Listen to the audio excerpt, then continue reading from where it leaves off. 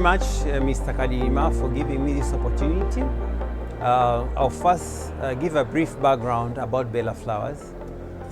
Bella Flowers was established in 2016 by the government of Rwanda, and the main objective by then was to position Rwanda as a floriculture destination. And the main, again, objective was to export our roses to the outside world.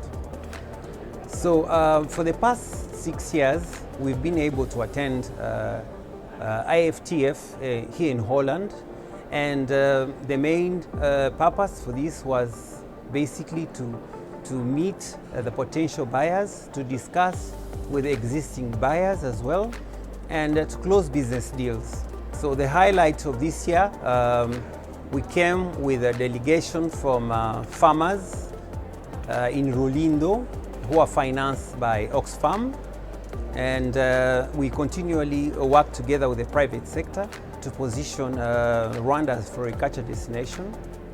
So we thank the government of Rwanda for supporting us through this journey. We thank the leadership of NAEB.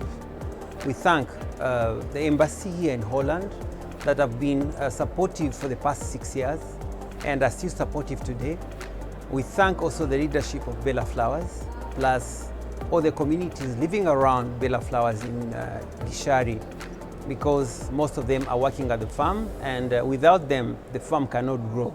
Special thanks go to our media partners, IGIHE, and other partners that I have not mentioned that have been close to us throughout this journey. Thank you very much.